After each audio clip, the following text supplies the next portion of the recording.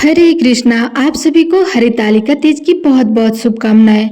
आज मैं आपको हरितालिका तीज की पौराणिक कथा सुनाने जा रही हूँ, जो सावन भादो मास के शुक्ल तृतीया को मनाई जाती है। यह व्रत विशेषकर सुहागन स्त्रियों और कन्याओं के लिए अत्यंत फलदायी माना जाता है। तो आइए आरंभ करते हैं।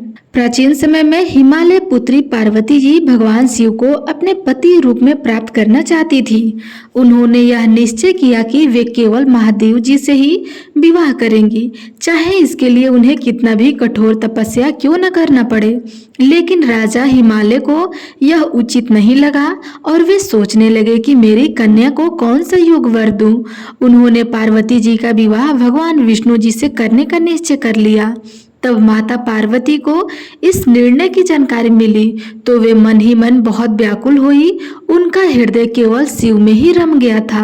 वे घर छोड़कर अपनी सखियों के साथ घने जंगल में चली गई और वहां कठोर तपस्या करने लगी। उन्होंने निर्जल उपवास किया, रेत से शिवलिंग बनाया और दिन रात महादेव का ध्यान करती रही।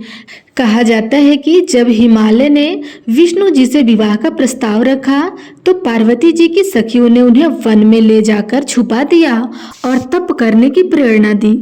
इसी कारण इस व्रत का नाम पड़ा हरण, यानी हरण करने वाला।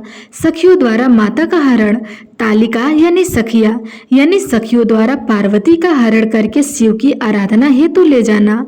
माता पार्वती की अनन्य भक्त और कठोर तपस्या से प्रसन्न होकर भगवान शंकर उनके सामने प्रकट हो गए और उन्होंने माता पार्वती को आशीर्वाद दिया। हे पार्वती, तुम्हारा यह अटूट व्रत और तप तुम्हें मुझे प्राप्त करने में सफल करेगा। तुम मेरी अर्धांगिनी बनोगी और हम दोनों का विवाह होगा। भगवान शिव ने उन्हें अपने वाम भाग में स्थान दिया और भविष्य में विवाह का आश्वासन भी दिया। उस दिन तिथि थी भाद्रपद मास की शुक्ल तृतीया। तभी से इस दिन व्रत को हरितालिका तीज कहा जाने लगा। इस व्रत को करने वाली स्त्रियों को अखंड सौभाग्य का आशीर्वाद मिलता है। कन्याएं इसे करती हो तो उन्हें मनचाहा वर मिलता है और यदि विवाहित स्त्रियां करती हैं तो उनके पति की आयु और सौभाग्य में वृद्धि होती है। इस प्रकार हरितालिका तीज का व्रत माता पार्वती की कठोर साधना और भगवान शिव की कृपा की स्मृति से किया जाता है। जो भी स्त्रियां इस दिन निर्जला व्रत रख करके रेत से शिवलिंग बनाकर और हरितालिका तीज की कथा सुनकर पूजा करती हैं, उसे सौभाग्यवती का वरदान भी प्राप्त होता है और जीवन में कभी भी सुहाग का दुख नहीं सहना पड़ता है।